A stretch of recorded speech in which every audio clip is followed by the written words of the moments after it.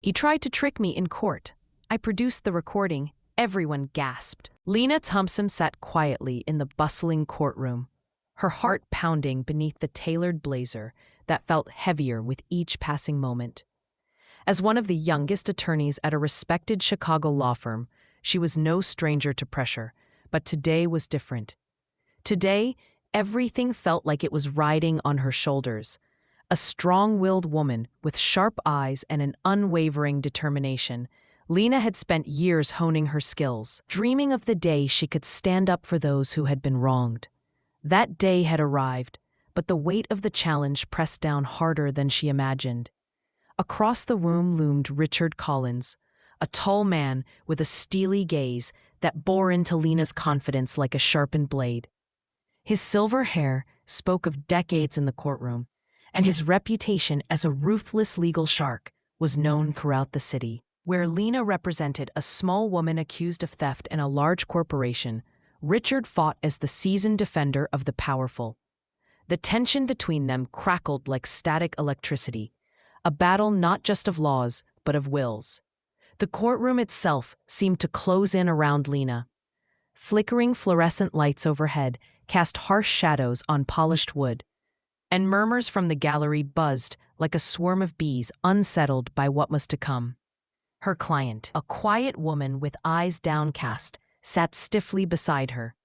The accusation hung in the air, an alleged theft from a major company, a crime vehemently denied but terrifying nonetheless. Lena swallowed the lump in her throat as the judge called the session to order. Richard's smirk appeared as he rose and approached the bench, eyes never leaving Lena. His opening salvo was delivered with practiced ease. "Miss Thompson," he began, voice dripping with condescension, "do you seriously expect this court to accept such flimsy evidence? Are you suggesting your client's story holds any weight beyond desperate excuses?" Lena could feel the courtroom shift. Eyes turned toward her, some skeptical, others plainly amused. The murmur of whispers swelled as Richard jabbed pointedly, shaking his head slowly. His gaze penetrated Lena's like he was hungry to see her break. Each question he asked was designed to trip her up, to make her stammer, fumble the facts, or worse, betray uncertainty.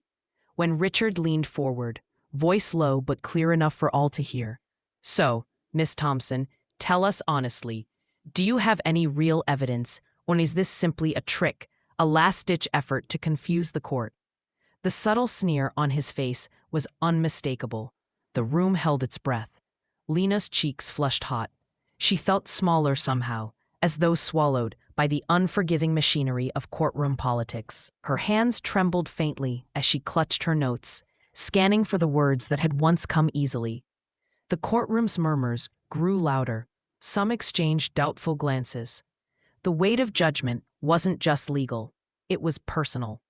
Doubt was being cast not only on her client's innocence, but on Lena's competence, her very worth. At that moment, she understood the extent of the challenge before her. It wasn't just a trial. It was a contest of resilience and spirit. As Richard's biting words echoed again in her mind, something inside Lena shifted, a flicker of resolve amid the creeping despair. The quiet hum of the courtroom became a crescendo, the tension thick enough to choke on. The first battle had been lost in the public eye, but Lena's story was only just beginning, and the true test had yet to unfold. The courtroom's atmosphere tightened like a noose around Lena's chest. Richard's relentless interrogation wasn't just a challenge, it was a calculated assault designed to tear her credibility apart piece by piece. Every question he lobbed was laced with doubt and derision, aimed at making her falter. Lena could hear the whispers spiraling into hushed chuckles among some spectators, the cold stares from opposing counsel, and the skeptical glances exchanged between the jury members. The weight of their judgment pressed heavily on her, an invisible avalanche threatening to bury her beneath. Her client's thin shoulders shook with quiet fear beside her, eyes darting nervously at Richard's scornful smirks.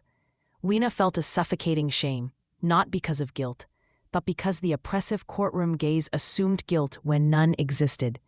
It was a war of power and public perception. And Lena was the underdog forced to fight with bare hands. Her heart ached as she watched the woman she was defending shrink under this storm. She remembered why she had chosen this path, the desire to stand for those trampled by injustice. Yet right now, the system seemed rigged to break her spirit. Richard, sensing his dominance, pressed harder. "You claim to have proof of your client's innocence, Miss Thompson? Yet after hours of testimony, all we've seen are vague assertions and speculative theories. Do you understand the burden of truth in this courtroom? It isn't won by empty words." His voice echoed through the chamber, sharp and unforgiving. When he spoke, it was as if the very walls leaned in to agree. Lena's colleagues exchanged worried glances. Some avoided eye contact, perhaps wondering if she was out of her depth. In that moment, Lena's youthful confidence wavered. She felt exposed, vulnerable under the merciless spotlight. The sting of humiliation clung to every word Richard uttered. Despite her internal turmoil, Lena's mind raced. She refused to let this moment define her or her client's fate. Deep within, a flicker of determination sparked, an ember against the storm. She reminded herself that she wasn't alone. There were people who believed in justice, and more importantly, in her. Tools, evidence, and an unyielding spirit were her weapons, though they weren't yet revealed. The courtroom was a battlefield, but retreat was not an option.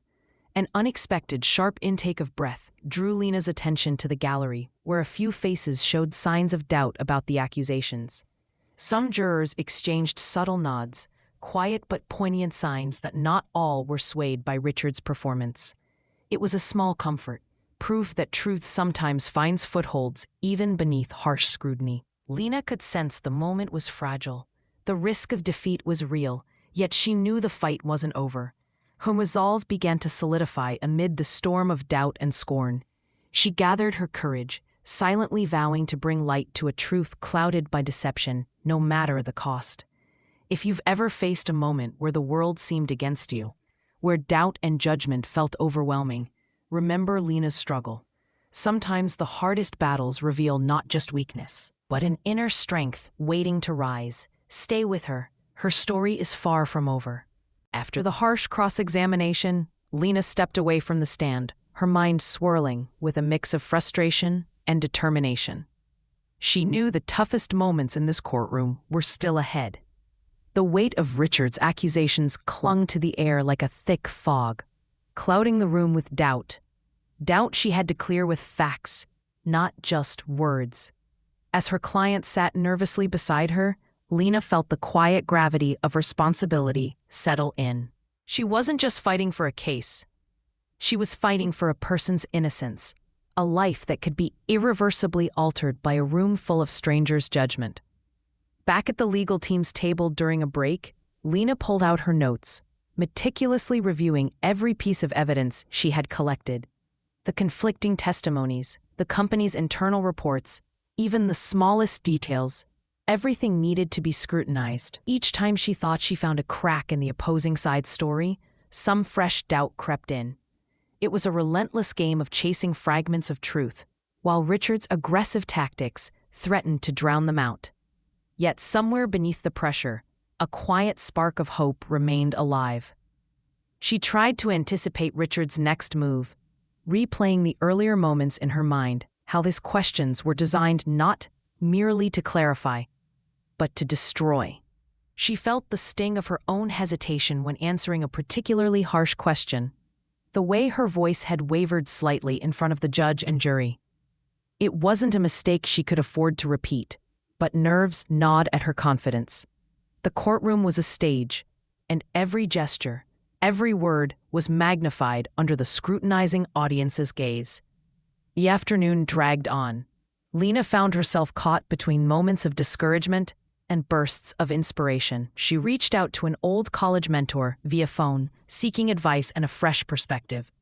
Their brief conversation reminded her of the importance of patience and precision, to trust the evidence she had, and more importantly, to trust herself. Those words echoed in her mind like a lifeline whenever she felt carried away by self-doubt. Still, the looming uncertainty of the trial gnawed at her. Small hurdles arose constantly. a witness delayed, documentation questioned, even a piece of evidence that suddenly appeared less reliable under Richard's scrutiny. Each setback felt like a chisel against her resolve. Her determination was being tested relentlessly, and yet, through the fatigue and frustration, Lena clung to the idea that truth was a mosaic. It might not appear whole immediately, but would reveal itself in time. As the courtroom session resumed, Lena walked back to her seat, steeling herself for whatever came next. An unexpected glance from her client, a mix of hope and fear, reminded her why she had chosen this path. Her mission was far from over. The storm was far from subsiding. But Lena stepped forward, ready to meet it with everything she had, fueled by a stubborn belief that even the smallest piece of evidence could turn the tide. Moments like these test the core of who we are. If you've ever faced challenges where every step forward feels blocked by doubt and uncertainty, stay with Lena's journey. Sometimes resilience grows slowly, appearing as quiet moments of hope amidst the chaos. Before the breakthrough, the fight continues. The trial had dragged Lena to a place she never imagined she'd face, a place so cold and isolating, where every glance felt like judgment, and every whispered conversation seemed to mock her efforts. The courtroom was thick with tension, the kind that presses down on your chest and makes each breath feel like a struggle. Richard Collins was relentless, tightening his grip like a predator circling prey. His newfound weapon was a witness, a man whose testimony twisted the facts, painting Lena's client as deceitful and untrustworthy. With each word the witness spoke, Lena felt the foundations of her defense crumble beneath her feet. When the man boldly claimed to have seen the accused near the scene with stolen company property, a collective gasp rose from the courtroom. Lena saw the hope draining from her client's eyes, replaced by a mix of confusion and despair. Her face burned with shame, not because she believed her client guilty, but because in that moment, the courtroom believed her powerless to protect the truth. She felt paralyzed, the pressure mounting as the judge nodded solemnly, letting the testimony sink in. The jury shifted uneasily, some nodding as if convinced, others exchanging bewildered looks. Richard's smirk widened. It was as if he savored every second of Lena's unraveling. His voice cut sharply through the silence, driving the point home. Ladies and gentlemen of the jury, the evidence before you is clear, undeniable. This witness's account confirms what common sense already dictates.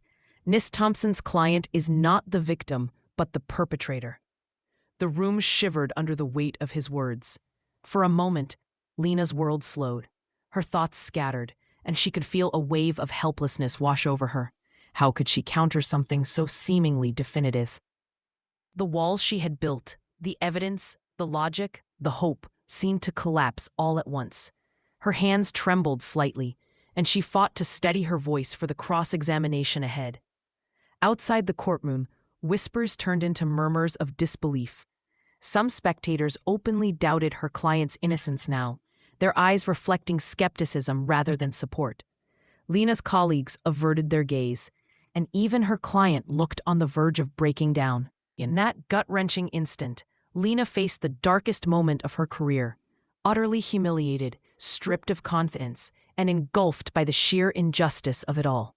Yet beneath that weight, a quiet spark refused to be extinguished. Lena's mind raced, not with panic, but with calculation. She knew this wasn't the end. Deep down, she sensed something hidden just beneath the surface, a truth waiting to be uncovered. The overwhelming humiliation could have broken her, but instead, it became a crucible forging a new strength within. She rose to address the court, her voice steady now, carrying a calm that surprised even herself. Your Honor, I respectfully request a brief recess. There is additional information I believe is crucial to this case. The judge regarded her with a raised eyebrow, but granted the request. Back at the defense table, Lena breathed deeply. Despite the unbearable humiliation, the fight wasn't over. She was on the verge of unveiling something that could turn everything upside down. But would the court listen? Would justice prevail in a system so quick to judge and so easy to be manipulated? If you ever found yourself at your lowest point, when hope seems extinguished and the world feels unjust, remember Lena's moment of despair. Sometimes hitting rock bottom is the spark that lights the way forward.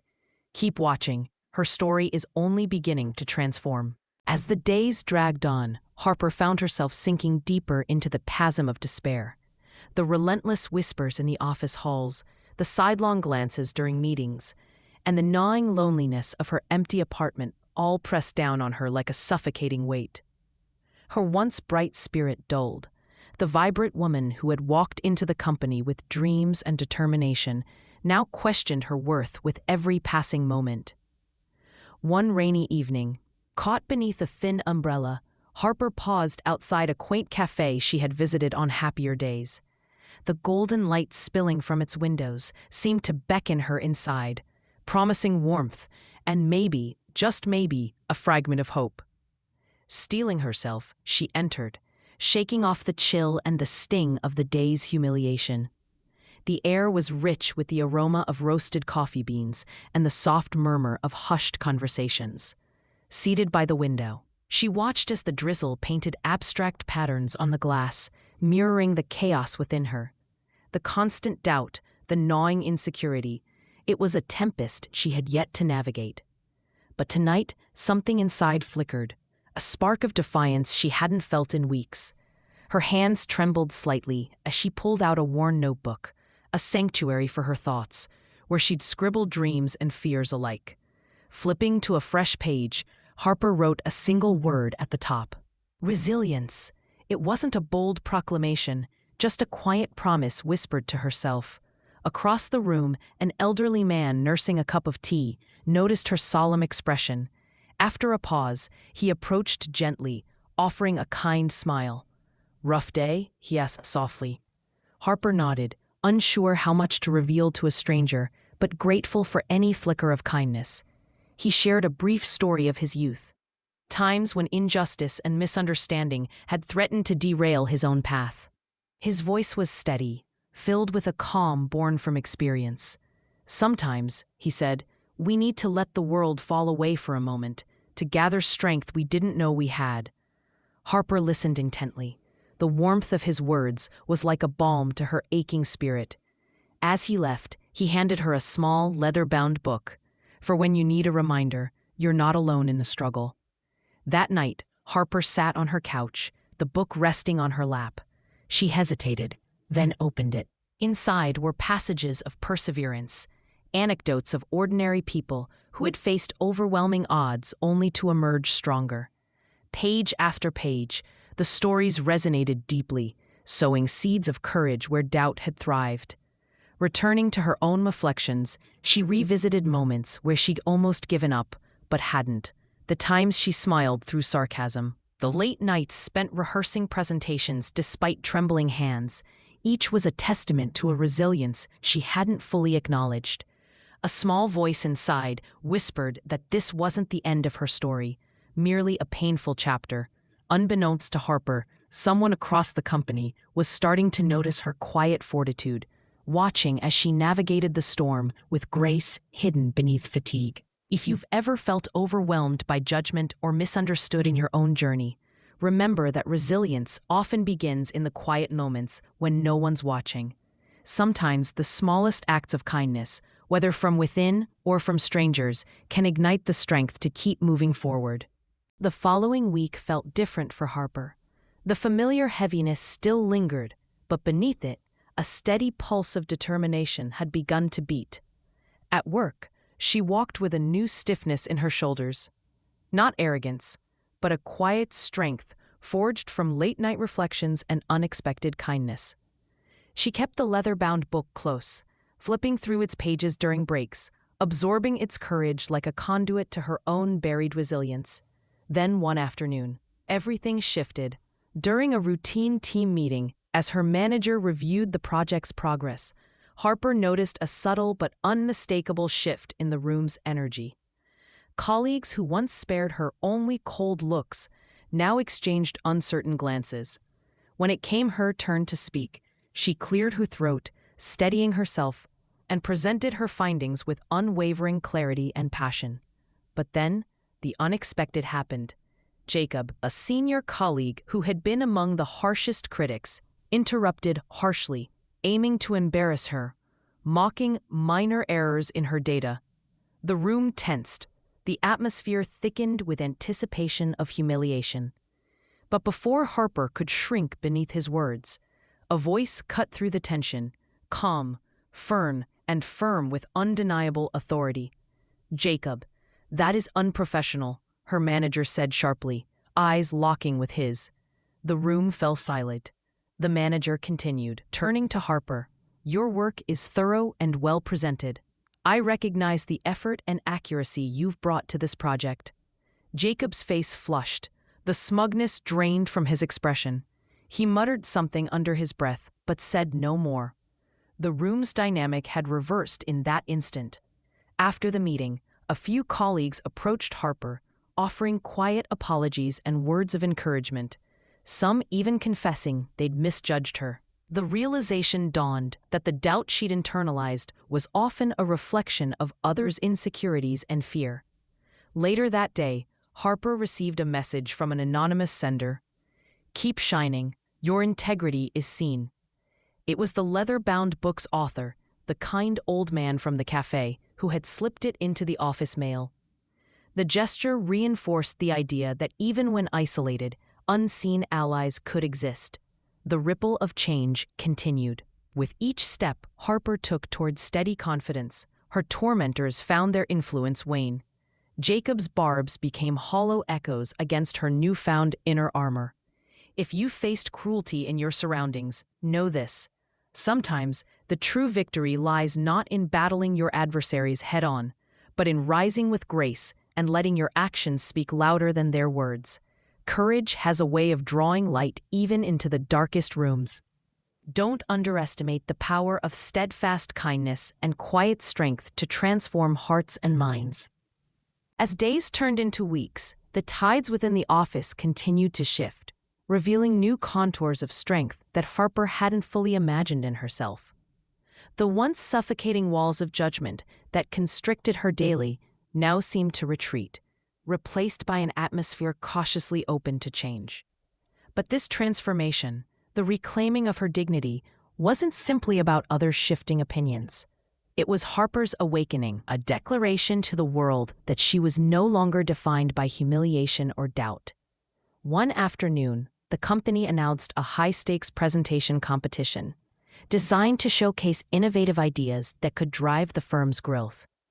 Harper's name was nominated not as a consolation, but because her project had drawn genuine attention and respect. The invitation felt surreal, once the target of disparagement, now positioned beneath the spotlight of leadership potential. Preparation consumed her days and nights. Amidst the pressure, Harper wrestled with lingering insecurities, the ghosts of past whispers threatening to cloud her resolve. But drawing from the lessons of resilience, the inscriptions in that leather-bound book, the quiet encouragement from strangers and newfound colleagues, she pressed forward with purpose. The day of the presentation arrived with an electric charge.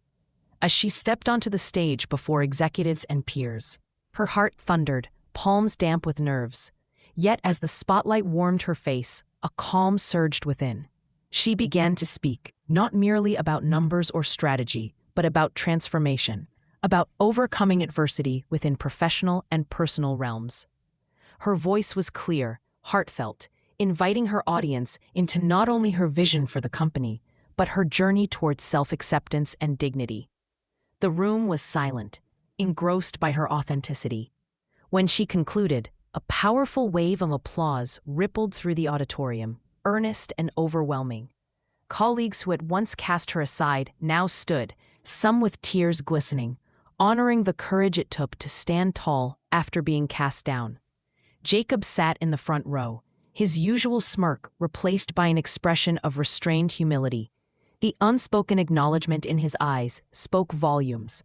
The power of grace and resilience had disarmed even the harshest critics. Later that evening, Harper found herself alone in the quiet of her apartment, a soft smile in place, the echoes of the day's applause still vivid. She realized that justice hadn't come from retaliation or bitterness, but from embracing her own worth and letting that light break through the darkest shadows. If you have ever felt crushed by unfair judgment, remember that reclaiming your power is a journey of steady breath and patient courage. True strength is not in silencing those who judge, but in standing tall despite them. Personal victory arises when you refuse to let humiliation dictate your story. You might not see it yet, but your moment is coming. Hold on to that hope. It has the power to change everything. The following week felt different for Harper. The familiar heaviness still lingered, but beneath it, a steady pulse of determination had begun to beat. At work, she walked with a new stiffness in her shoulders, not arrogance, but a quiet strength, forged from late-night reflections and unexpected kindness. She kept the leather-bound book close, flipping through its pages during breaks, absorbing its courage like a conduit to her own buried resilience. Then one afternoon, everything shifted. During a routine team meeting, as her manager reviewed the project's progress, Harper noticed a subtle but unmistakable shift in the room's energy. Colleagues who once spared her only cold looks now exchanged uncertain glances. When it came her turn to speak, she cleared her throat, steadying herself, and presented her findings with unwavering clarity and passion. But then, the unexpected happened. Jacob, a senior colleague who had been among the harshest critics, interrupted harshly, aiming to embarrass her, mocking minor errors in her data. The room tensed. The atmosphere thickened with anticipation of humiliation. But before Harper could shrink beneath his words, a voice cut through the tension, calm, firm, and firm with undeniable authority. "Jacob, that is unprofessional," her manager said sharply, eyes locking with his. The room fell silent. The manager continued, turning to Harper, "Your work is thorough and well presented. I recognize the effort and accuracy you've brought to this project." Jacob's face flushed, the smugness drained from his expression. He muttered something under his breath, but said no more. The room's dynamic had reversed in that instant. After the meeting, a few colleagues approached Harper, offering quiet apologies and words of encouragement, some even confessing they'd misjudged her. The realization dawned that the doubt she'd internalized was often a reflection of others' insecurities and fear. Later that day, Harper received a message from an anonymous sender. "Keep shining. Your integrity is seen." It was the leather-bound book's author, the kind old man from the cafe, who had slipped it into the office mail.